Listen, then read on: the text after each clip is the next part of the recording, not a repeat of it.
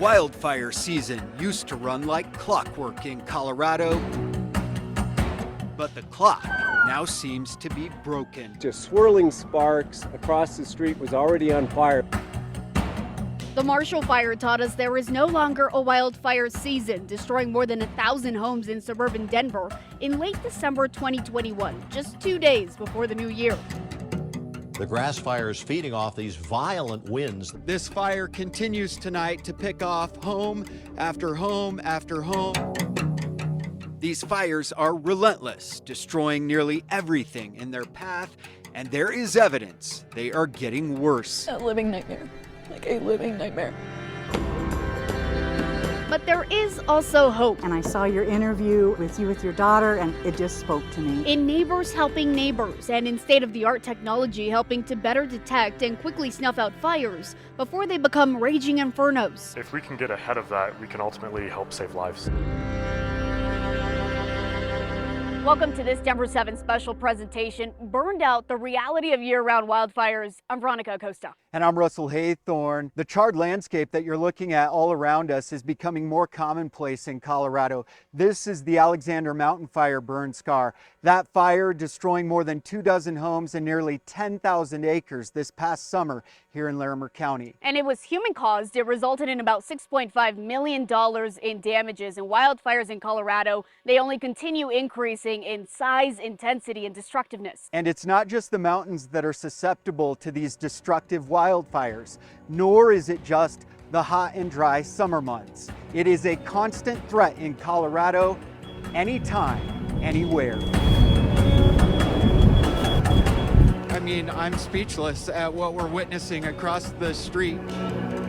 A building completely engulfed in flames. One of the closest structure to those actual flames we saw as those flames started coming down the hill. Wildfires in Colorado are growing more frequent, more intense, and more difficult to fight every year. These firefighters do an incredible job. This fire is so huge, it's everywhere. And witnessing this kind of destruction is perhaps most difficult of all, especially for those who once called these places home. We will rebuild, we'll rebuild right here.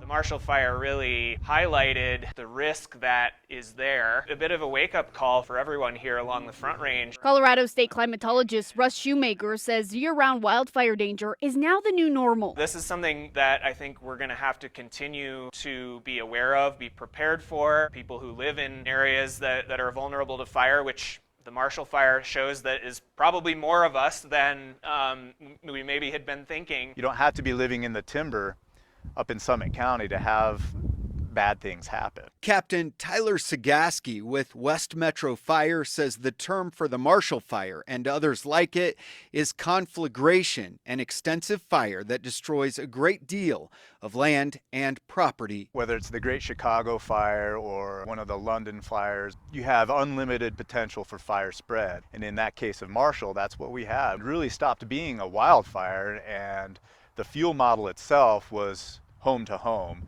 and neighborhood to neighborhood. Firefighters and other experts say the key takeaway from the Marshall Fire is that nearly everyone living in Metro Denver and along the Front Range is in some kind of danger. Won't be necessarily every year, but the bad years will be worse. Because of the threat, Colorado is adding more tools to its arsenal of firefighting equipment, like this $24 million helicopter. It's basically a Black Hawk. This is a Firehawk. This is a helicopter that was purchased by the state of Colorado to turn it into a firefighting helicopter. The Firehawk has a 1,000-gallon tank that can be filled in under 60 seconds, and it can travel at speeds more than 170 miles per hour. Not only firefighting, but also being able to do search and rescue and emergency medical transportation. Along the Colorado Front Range, we have to look at this as a year-round fire season. Because of that harsh reality, there are new techniques being developed to fight wildfires. And it may sound like the rise of the robots, but believe it or not, artificial intelligence is already being used to detect and then quickly suppress fires in Colorado. As Denver7's Colette Bordelon shows us, it may have already worked to save countless lives and homes. In one particular instance this past summer. On June 16th, the Bear Creek fire in Douglas County was a blip on the news. The successes are the fires that never often never make it to be major news stories. It was a red flag day, but the fire was fully contained by the evening. As quickly as you can notice it, especially in wilderness areas where there aren't a lot of people around to see the smoke, that's critical in making sure it doesn't turn into a mega fire. Just minutes after a lightning strike started the fire, 2 cameras equipped with AI detected the fire and sent an alert to responding agencies. How does the camera actually see a fire starting? Like, what is it looking for? We're looking for smoke plumes using full color visible light pictures. And then at night, you can't see the smoke, obviously, because it's dark, but the cameras switch to a near infrared mode. That's Sonia Kastner speaking with us from San Francisco about Pano AI, which installs cameras on locations like cell towers. They rotate 360 degrees every minute and are constantly searching for signs of a fire. We estimate we need about 300 to cover the high and medium fire risk and more populated areas of Colorado. And so some investment is needed from state and federal agencies as well as the private sector. Xcel Energy is one of their Colorado customers. We cover all 4 corners of the state. And so is Core Electric. The alerts contain a link to the video feed as well, so they can look at the smoke and see what they need before they send any resources out there. Xcel and Core Electric were behind the 2 cameras that first saw the Bear Creek fire. Part of our first wildfire mitigation plan was to advance technology like Pano AI cameras, and we're continuing that effort into this next phase. So these plans actually came before the Marshall Fire happened. We started that position back in 2019. That was a 3-year plan. This is the new iteration of that plan. Xcel says they have 28 active cameras installed under their wildfire mitigation plan, and they want to install 42 more by the end of the year. It's less than $9 a month, and that's going to be over the lifespan of that 3-year plan. The second phase of the plan would start in 2025, if approved by the Public Utilities Commission. In Denver, Colette Bordelon, Denver7. Colette, thank you. And some of the brightest, most environmentally conscientious minds from around the globe got together and met in Denver earlier this year in an effort to end catastrophic wildfires like the Alexander Mountain and Marshall Fire.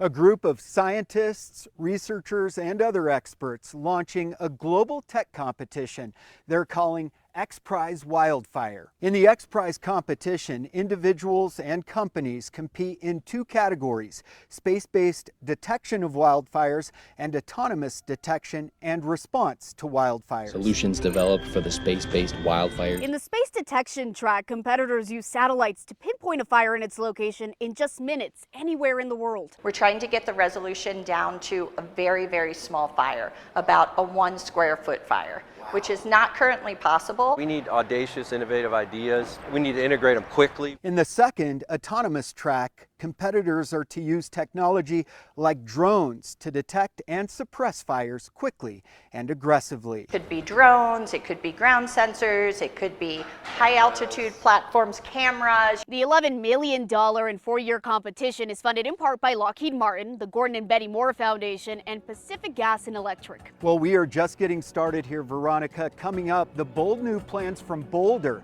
to protect people and property from wildfires as we continue this Denver7 special presentation, Burned Out, the reality of year-round wildfires.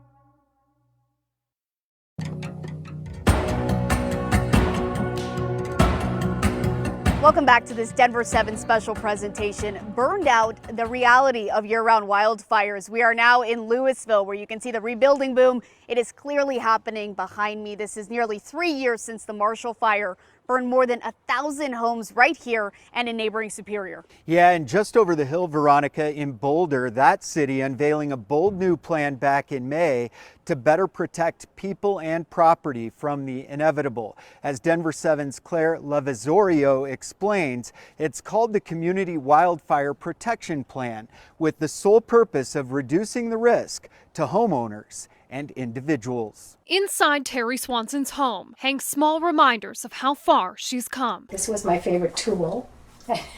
I tell everybody. Let me get another one too.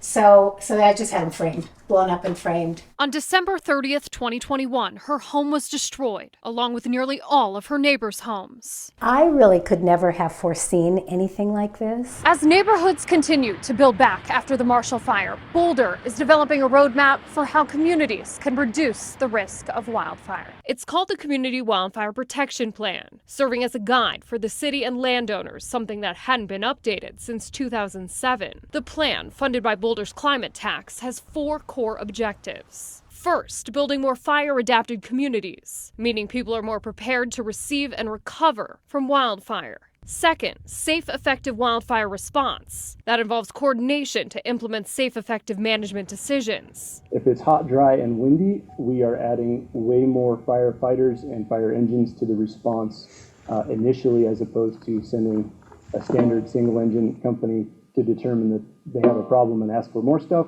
We're stacking that alarm box a little heavier from the get-go if the conditions warrant. Next, creating landscapes that are resilient to fire, insect, and disease. We are piloting a perimeter mowing program where OS&P will mow a 30-foot strip of open space next to 4 neighborhoods to help reduce wildfire risks. And finally, post-fire recovery, preparing communities for inevitable fire effects. I mean, it'll never happen again.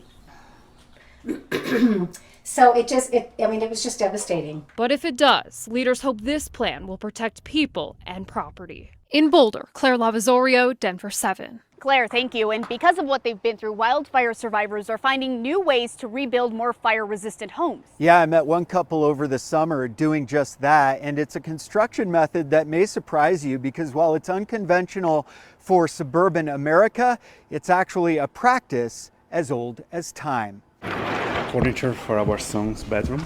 It's moving day for the Rebeschini family. Finally moving in, what is it, 930 something days? 930 something days since the Marshall Fire ripped through their neighborhood, destroying every single home in Superior's Sagamore subdivision. Mel was trying to get home. I was stuck on 36, I couldn't move, I was stuck in traffic. As her husband, Mateo, and their 2 kids were trying to get out. If we didn't have this room, they would be dead. The mudroom, built out of brick and stone, saved the family that day. They were in the house with the house on fire for 25 minutes. And inspired them to build what is now a new home constructed entirely of blocks and brick. Yeah, there's a lime slurry. It's like painting with oatmeal. The Rebeschinis used what are known as eco-blocks to construct a modern-day fortress, if you will. What's the best type of materials that we can use to feel safe in the house? What they found was a small company just 30 miles down the road. This is the block yard. This is the facility. This is where the sausage is made. Where owner Lisa Mori and her team at Novaterra We make blocks, pure and simple. Use leftover materials from a nearby rock quarry to mold blocks used for building earth homes. It's a composition of sand and clay, and there's some small aggregate in there. We have a small amount of water, and then that material is conveyed to the press. I call them eco blocks. I add a small percentage of lime. Today, it is estimated that 40% of the world's population still builds out of earth. Novaterra can produce about 1,000 of these blocks a day. In the Rebeschini home, they used roughly 15,000 eco blocks. So it took about 2 weeks to produce the material to build that house. While we might be 15% more than a framed home, we're going to be saving in energy costs. We're going to have a more durable home. Case in point, we're calculating how much air is being released by the house. As the Rebeschinis move in, their home is undergoing some energy efficiency tests. This will calculate the air changeovers per hour. It costs a little bit more to build these homes. Maybe 100,000 at this scale. But experts say the payoff is worth it. Oh, the long-term benefit's ridiculous. These homes use 5% of the energy of a normal home. Here we have the incredible ERV system. Anytime that you're building a high-performance home or a passive home, you have to have a very airtight envelope. That what surrounds the inside of the home.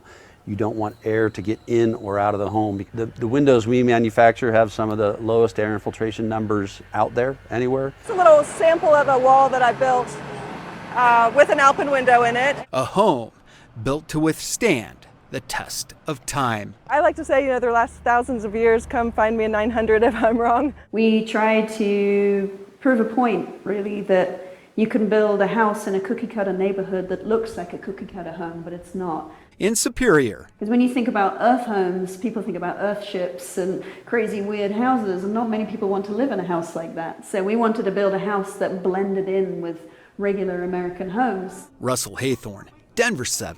Veronica, it's a fair bet to say everyone living in Colorado is now in some kind of danger. And because of that, experts offer a few simple mitigation tips. Those include swapping out mulch around your home for rocks, gravel, or pavers. Moving patio furniture, firewood, and play sets 6 to 10 feet away from your home, and then relocating trash cans and other combustibles. Coming up, how you, the Denver7 viewers, are responding to victims of wildfires. That's as we continue with this Denver7 special presentation, Burned Out, the reality of year-round wildfires.